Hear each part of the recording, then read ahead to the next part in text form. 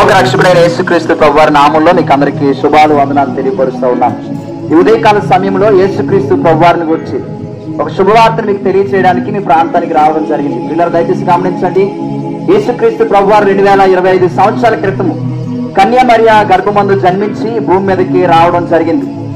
అయితే యేసుక్రీస్తు ప్రభువారి భూమి మీదకి రావడానికి గల ముఖ్య ఉద్దేశము, కారణం ఏమై ఉంది అనొకవేళ మీలో అనేక మందికి సందేహం ఉంటే, బైబిల్ గ్రంథము ఈ విధంగా సెలవిస్తా ఉంది. పాపులను రక్షించడానికి యేసుక్రీస్తు ప్రభువారి భూమి మీదకి వచ్చారండి. అయితే పిల్లలు ఈ మాట వినగానే అనేక మంది అనుకుంటున్నారు, అయ్యా పాపులను రక్షించడానికి యేసుక్రీస్తు ప్రభువారు వచ్చారన్నారు. ఎవరండి పాపులు అంటే బైబిల్ దానికి చెప్తున్న సమాధానం ఏంటంటే, ఈ భూమి మీద తల్లి గర్భంలో జన్మించిన ప్రతి మనుషుడు, ప్రతి మానవుడు కూడా పాపి అని బైబిల్ సెలవిస్తా ఉంది. కారణం ఏంటంటే, దినాలు చూడండి, చిన్నలు మొదలుకొని పెద్దవారి వరకు కూడా ప్రతి మనుషులను కూడా ఏదో ఒక మూల పాపం అనేటువంటి ఆలోచన, ద్వేషం అనేది ఉంటా ఉంది. ఇలా పాపముతో మానవుడు ఈ భూమి మీద జీవిస్తా ఉన్నాడు. అదే పాపముతో ఒకనొక దినాన్న ఎవరి ఈ లోక ప్రయాణాన్ని ముగించి అనగా చనిపోతూ ఉన్నాడు. అయితే ఒక విషయాన్ని గమనించినట్లయితే, పాపములో చనిపోతున్న ప్రతి మానవుని కూడా పాతాళం పట్టుకుంటుందని బైబిల్ సెలవిస్తా ఉంది. ఎందుకంటే బైబిల్ ఈ విధంగా రాయబడి ఉంది, పాపములకు వచ్చేటువంటి జీతము మరణం అండి. ఇది నన్ను ఉదయం మొదలుకొని సాయంకాలం వరకు కూడా కష్టపడినటువంటి ఒక వ్యక్తికి సాయంకాలం ఒక జీతం వస్తూ ఉంది.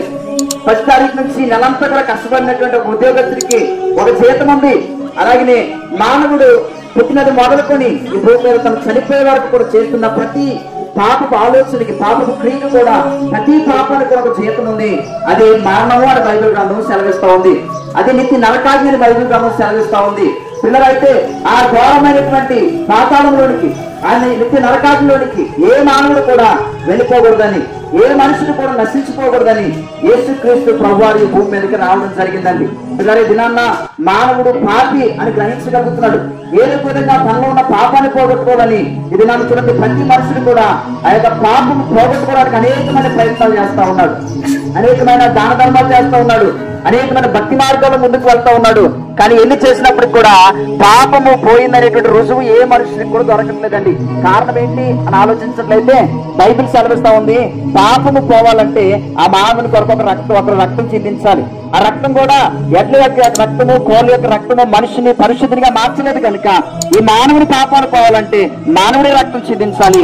పాపి అయినటువంటి మానవుడి పాపాలు పోవాలంటే పరిశుద్ధిని రక్తం కావాలి. అయితే భూమి మీద ఎవ్వరు పరిశుద్ధులు లేరండి, అందరూ పాపం చేశారు.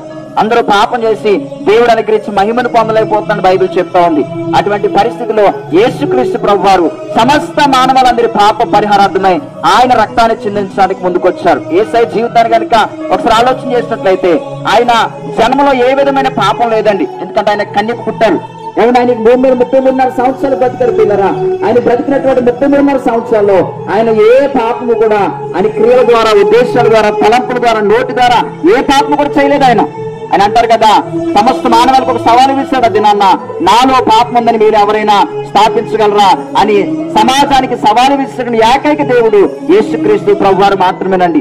అటువంటి పాపం లేనటువంటి దేవుడు నేను ఆ పాపాల కొరకై 2025 సంవత్సరాల క్రితం కల్వరి శిలువలో ఆయన పరిశుద్ధమైన రక్తాన్ని కార్చారు. ఇది నాన్న ఈ మధ్యాహ్న కాల సమయంలో మీకు అందరికీ చెప్తున్న ఒక శుభవార్త ఏంటంటే, బైబిల్ సెలవిస్తా ఉంది, యేసు రక్తము ప్రతి పాపం నుంచి మనల్ని పరిశుద్ధినిగా చేయగలదు. ప్రియ సహోదరి సహోదరుడా, ఈ దినమున ఒకవేళ నేను కూడా పాపమేనండి అని ఒకవేళ గమనించుకున్నట్లయితే, నీ పాపము ద్వారా నువ్వేం సంపాదించుకున్నావు అంటే నిత్య నరకాగ్ని సంపాదించుకున్నాగా, ఏమంటే నిత్య నాశనాన్ని సంపాదించుకున్నావు. అయితే ఆ పాపం నుంచి నువ్వు బయటకు రావాలంటే యేసయ్య రక్తము మాత్రమే నా భయంకరమైన పాపం నుంచి విడిపించగలదు. అయితే అయ్యా నా పాపాలు కూడా క్షమించాలి, నేను ఏం చేయాలి అని మీరు అడిగినట్లయితే చెప్తాను. గమనించండి, మీరున్నటువంటి స్థలంలోనే మోకరించి యేసయ్య వద్దకు వచ్చి, అయ్యా నేను పాపిని, నీవు శిలువలో కాచిన రక్తం ద్వారా నా పాపాలు క్షమించనని యేసుక్రీస్తు ప్రభువుకి చిన్న ప్రార్థన చేసి ఆయన ప్రభువుని నోటితో ఒప్పుకొని ఆయన పాప క్షమాపణ ఒకవేళ అంగీకరించగలిగినట్లయితే, నేడే యేసుక్రీస్తు ప్రభువారిని నీ హృదయంలో చేర్చుకోగలిగినట్లయితే ఆయన ఇచ్చేటువంటి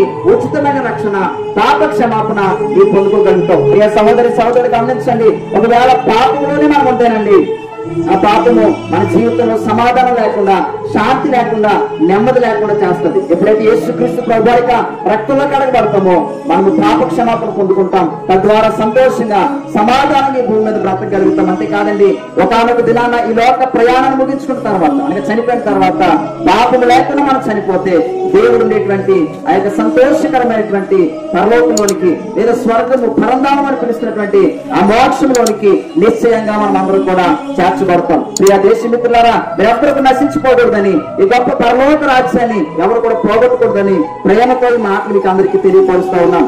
నేడే యేసుక్రీస్తు ప్రభువారి యందు విశ్వాసం ఉంచండి, మీరు మీ ఇంటి వారు రక్షించబడండి. అట్టి గొప్ప రక్షణ దేవుడు మీకు అందరికీ కూడా అనుగ్రహించును గాక. ఈ క్షేమం కొరకు చిన్న ప్రార్థన. పరిశుద్ధురానికి వందనాలు, స్తోత్రాలు. ఈ వేదిలో ఈ మాటలు విన్న ప్రతి బిడ్డని కూడా మీ చేతికి అప్పగిస్తా ఉన్నాం. దీవించండి, వారందరికీ రక్షణ భాగ్యాన్ని అనుగ్రహించండి. నాకు ఆలోచించి శ్రేష్టమైన నిర్ణయం తీసుకొని ఈ రాజ్యంలో చేర్చబడడానికి మీరు సహాయం చేయమని యేసు నామమున అడుగుతున్నాను తండ్రి. ఆమేన్.